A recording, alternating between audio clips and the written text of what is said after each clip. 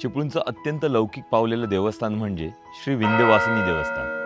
हे देवस्थान लौकिकास का पावलं आणि आज ते चिपळूण सोडून इतरही सगळीकडे अन्यत्र का इतकं प्रसिद्ध आहे, त्याच्या पाठीमागे ना एक छोटीशी गोष्ट आहे। ती थोडी वेगळ्या आशयाने आज मी तुमच्यासमोर मांडणार आहे। हा इथला परिसर बघा, इथल्या देवत्वाने देवीच्या देवत्वाने भारलेला हा जो परिसर आहे तो अत्यंत निसर्ग संपन्न आहे। या निवांत दुपारी ज्यावेळेला मी इथे आलो त्यावेळेला मला अत्यंत प्रसन्न वाटते। म्हणजे भर दुपारी चिपळूणातलं ऊन ते सुद्धा आपल्याला इथे सोसते।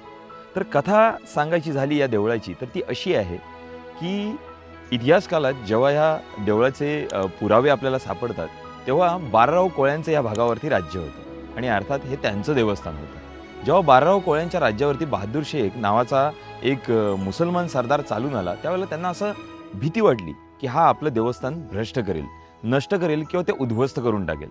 त्यावेळेला त्यांनी ठरवलं आणि हे मंदिर पूर्णतः दगडांखाली पुरून टाकलं आणि त्या बहादूर शेखाचा त्यांनी सामना केला। अर्थात त्यावेळेला त्यांनी त्याला सामोरे जाताना त्याचा पराभव केला आणि त्याला इथून पळवून लावलं।